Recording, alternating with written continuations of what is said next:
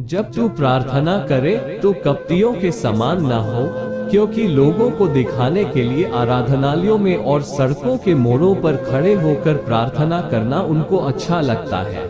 मैं तुमसे सच कहता हूँ कि वे अपना प्रतिफल पा चुके। परंतु जब तू प्रार्थना करे तो अपनी कोठरी में जा और द्वार बंद करके अपने पिता से जो गुप्त में है प्रार्थना कर, तब तेरा पिता जो गुप्त में देखता है तुझे प्रतिफल देगा। प्रार्थना करते समय अन्य जातियों के समान बकबक न करो, क्योंकि वे समझते हैं कि उनके बहुत बोलने से उनकी सुनी जाएगी।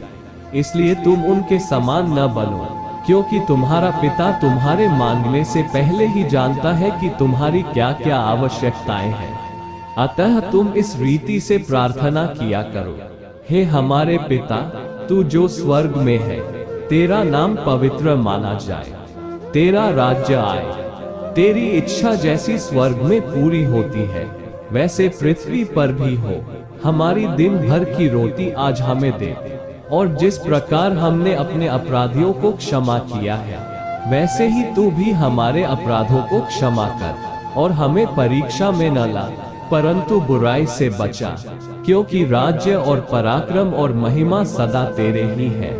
आमीन। इसलिए यदि तुम मनुष्य के अपराध क्षमा करोगे तो तुम्हारा स्वर्गीय पिता भी तुम्हें क्षमा करेगा, और यदि तुम मनुष्यों के अपराध क्षमा न करोगे तो तुम्हारा पिता भी तुम्हारे अपराध क्षमा न करेगा।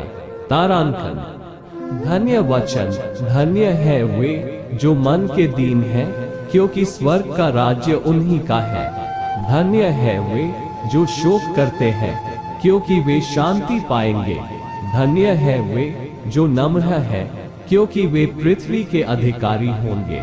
धन्य है वे जो धार्मिकता के भूखे और प्यासे हैं, क्योंकि वे तृप्त किए जाएंगे।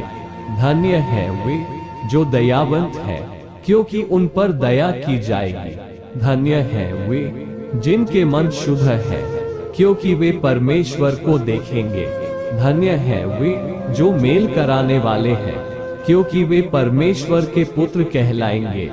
धन्य है वे जो धार्मिकता के कारण सताए जाते हैं, क्योंकि स्वर्ग का राज्य उन्हीं का है। धन्य हो तुम जब मनुष्य मेरे कारण तुम्हारी निंदा करे और सताए और झूठ बोल बोलकर तुम्हारे विरोध में सब प्रकार की बुरी बात कहे। तब आनंदित और मगन होना, क्योंकि तुम्हारे लिए स्वर्ग में बड़ा फल है, इसलिए कि उन्होंने उन भविष्यद्वक्ताओं को जो तुमसे पहले थे इसी रीति से सताया था। दान। सावधान रहो, तुम मनुष्यों को दिखाने के लिए अपने धर्म के काम न करो, नहीं तो अपने स्वर्गीय पिता से कुछ भी फल न पाओगे। इसलिए जब तू दान करे तो अपने आगे तुम ही न बजवा, जैसे कपटी सभाओं और गलियों में करते हैं, ताकि लोग उनकी बड़ाई करें। मैं तुमसे सच कहता हूँ कि वे अपना प्रतिफल पा चुके। परंतु जब तू दान करे तो जो तेरा दाहिना हाथ करता है उसे तेरा बायां हाथ न जानने पाए, ताकि तेरा दान गुप्त रहे, और तब तेरा पिता जो गुप्त में देखता है तुझे प्रतिफल देगा। मांगो तो पाओगे, मांगो तो तुम्हें दिया जाएगा, ढूंढो तो तुम पाओगे, खटखटाओ तो तुम्हारे लिए खोला जाएगा।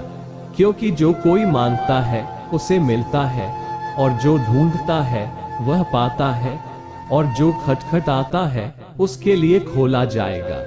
तुम में से ऐसा कौन मनुष्य है कि यदि उसका पुत्र उससे रोटी मांगे तो वह उसे पत्थर दे, या मछली मांगे तो उसे सांप दे? अतः जब तुम बुरे होकर अपने बच्चों को अच्छी वस्तुएं देना जानते हो, तो तुम्हारा स्वर्गीय पिता अपने मांगने वालों को अच्छी वस्तुएं क्यों न देगा। इस कारण जो कुछ तुम चाहते हो कि मनुष्य तुम्हारे साथ करे, तुम भी उनके साथ वैसा ही करो। बुरे लोगों के विषय में डाह न करना, और न उनकी संगति की चाह रखना, क्योंकि वे उपद्रव सोचते रहते हैं, और उनके मुंह से दुष्टता की बात निकलती है। हे मेरे पुत्र, तू मधु खा, क्योंकि वह अच्छा है, और मधु का छत्ता भी, क्योंकि वह तेरे मुंह में मीठा लगेगा। इसी रीति बुद्धि भी तुझे वैसी ही मीठी लगेगी। यदि तू उसे पा जाए तो अंत में उसका फल भी मिलेगा और तेरी आशा न टूटेगी।